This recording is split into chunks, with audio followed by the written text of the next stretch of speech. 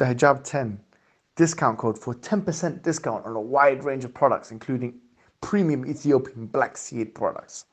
Assalamu alaikum wa rahmatullahi wa barakatuh. How are you guys doing? This is a video which I actually wanted to make because I had a conversation with a friend of mine who is Pakistani. I am not familiar with the country culture fully of Pakistan. I've never visited it. I've never been there myself. Inshallah, one day I can go to that beautiful country, one of the strong nations of Islam, with one of the biggest populations of Muslims in the world, a beautiful country with fantastic food and culture. But there are some things in the culture which require challenging, and this is one thing that I came across. I'm not saying this is specific to Pakistan, I'm sure it happens in other places. But I came across this video here, which you can see on the screen, which I found quite troubling. Let's take a look at the video and let's have a commentary on it.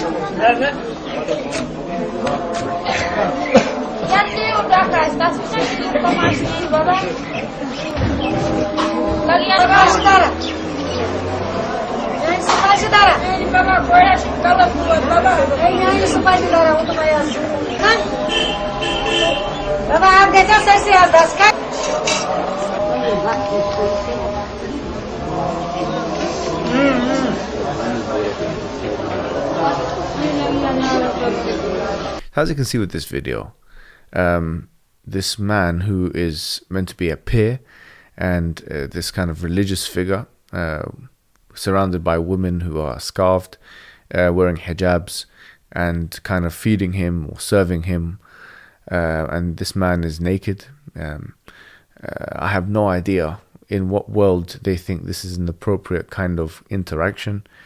I mean, we in the East sometimes excessively talk about modesty and the modesty of women and men and dress code and so on. And now we have a man who's naked, absolutely naked, and who is being served by these women who are covered up fully. And they're serving him. What kind of thing is this? I mean, isn't this something that should be challenged? Where are the religious figures to challenge this behavior? This is a clear, violation of Islamic modesty and rules, and not just Islamic modesty and rules. This is something which wouldn't even be tolerated here in the West. Someone came and did that in the streets, he would be ridiculed, and maybe even the police will be called on him. So I don't know why and how and what paradigm this kind of behavior is appropriate. But once again, when you have the mantle of being a religious peer, the haram becomes halal. Even though the Prophet Muhammad ﷺ said, "Innal halala bayyin wa innal harama bayyin," that certainly halal is very clear, and certainly haram is very clear, and وَبَيْنَهُمَا أُمُورٌ مُشْتَبِهَاتٌ, and there are between that grey areas. Many people don't know those grey areas, but this is not a grey area. This is a very clear-cut haram. You are not allowed to show your private parts to the opposite gender.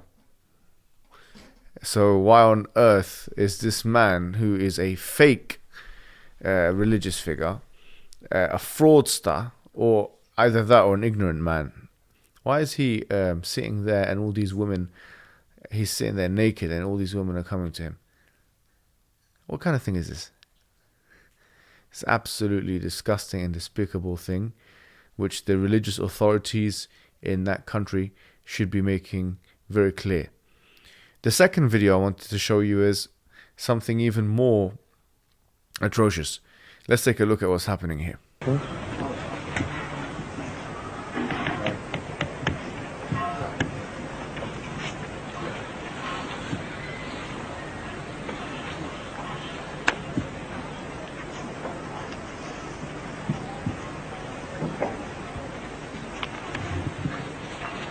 So as you can see in this video, you have people coming over and prostrating to this religious figure, this religious fraud.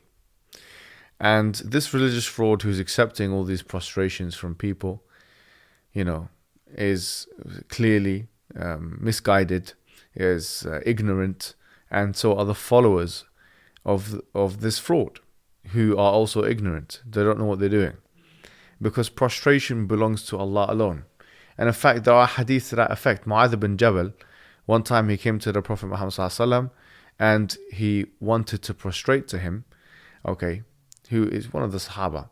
He wanted to prostrate to him because he saw the archbishops and the patriarchs of other nations doing the same to their leaders.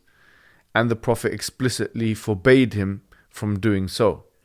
So with such clear-cut and decisive evidence from the Sunnah itself, even an argument that says, Joseph, Yusuf alayhi salam, his parents prostrated to him, so what is the mana? What is the objection? Would not be able to be made, because Shara' man qablana, or the Sharia of those who came before us, is not it does not stand when there is a clear abrogation in the Sharia of Islam as sent by the Prophet Muhammad ﷺ, as we can see with this, or as we know now with this hadith. Therefore, in summation, I would say that these practices need to be filtered through the lens of the Quran and Sunnah, especially because they not only relate to jurisprudential issues, fiqhi law type issues, but they do also relate to creedal type issues, belief type issues. It's very important that when we want to worship Allah, we do so with basira, with insight, and we do so with proper practice as per the Quran and Sunnah. And that is all I wanted to say to you. So, Jazakumullahu khairan for watching this video. One thing I would say is, it's important to arm yourself with knowledge. And start basic, start with the 5 pillars of Islam and the 5 pillars or 6 pillars of Iman, and then branch out from there. Wassalamu alaikum wa rahmatullahi wa barakatuh.